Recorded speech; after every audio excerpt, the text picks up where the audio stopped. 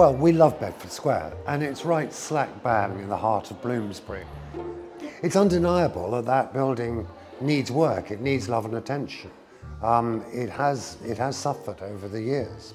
And when you see the extension on the back of the British Museum, when you look through the windows of the Cameron Mackintosh's office or the new offices of Bloomsbury and see what people have done to the insides of those buildings, how wonderful it would be if Royal Holloway could have something done on the same scale which stood tall.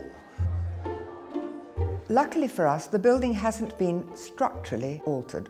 It's had internal partitions put in, it's had minor adaptations. So the restoration work is not going to be very structural, but it will make a huge difference. So the idea will be to try to restore it as much as possible to how it would have been probably at the end of the 19th century.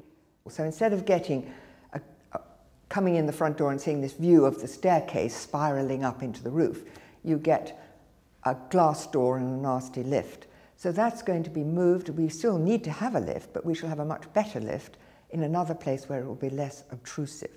So that will be a tremendous thing to restore the great and beautiful entrance hall to this building. Number 11 Bedford Square originally had a garden that ran quite a long distance, and all the houses next to it, north of it in Gower Street, also had gardens. They now form one beautiful garden, very leafy with great trees in it, to which we have access, but we also have a small area which is private to this particular house on its own, and we hope to be able to make that a really attractive space. I think it will be a real asset and something that's very attractive to have access to green space in the centre of Bloomsbury.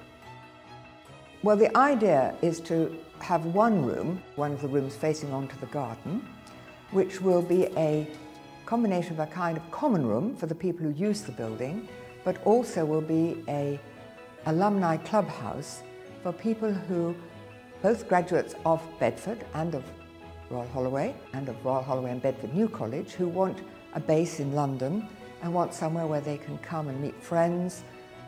So it will be a place that they can use and enjoy and reconvene and meet each other again and reconnect with each other and with the college. Why should people invest in this building?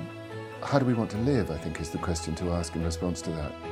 Do we want to live in a world where we care about the life of the imagination, the life of the human spirit, the life that's allowed to people who come from backgrounds that might not ordinarily be allowed to think about this sort of thing? If there's a willingness to make that happen, which I understand that there is, that would be exciting.